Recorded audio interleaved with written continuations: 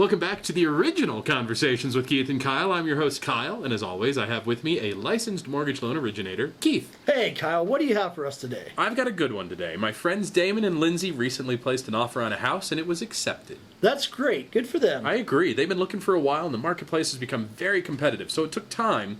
But a question has come up. What do they do now? Now is when the real work starts. First, disclosures will be sent out to them. They need to be reviewed, signed, and sent back as soon as possible. Okay, but can you clarify what disclosures are? Absolutely. Disclosures detail every facet of the loan. They spell out the loan amount, interest rate, length of the loan, type of loan, fees, and more. There are forms that detail many legal aspects of the loan and lending as a whole in the disclosure packet as well. It is very important that the borrower read through the entire packet and sign where indicated. If they have any questions, now is the best time to address them. Why is that? Primarily for accuracy. If there are errors on the paperwork, we want to correct them right in the beginning. The further along the file gets with errors or inaccuracies, the greater the chance for delays or unforeseen problems later, which could delay the entire process. All right, let's say the application is perfect. Then what is the next step? We generally want to lock in the interest rate. Why do you have to lock their rate so soon? Unless we have been instructed by the client that we want to hold off on locking the rate, we want to lock in the rate to guarantee the pricing and rate we disclose to the client. We always want to protect them from interest rates rising and deliver to the client what was offered. We try to be very transparent with this. Okay,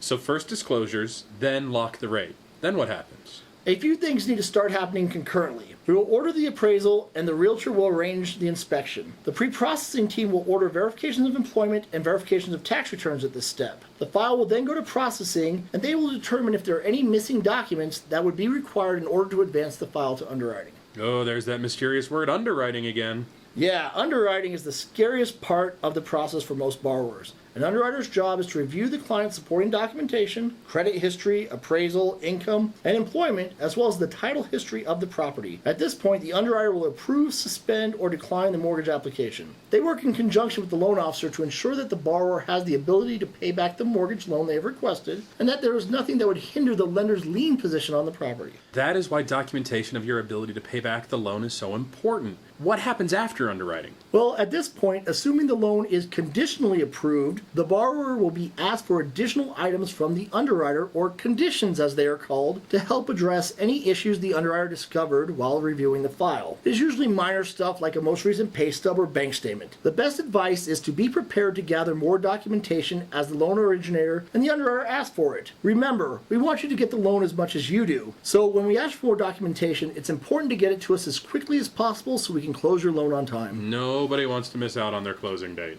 True. Everything we do is designed to prevent that, and while I can only speak for my team, I can say we are very good at it. Is there anything else?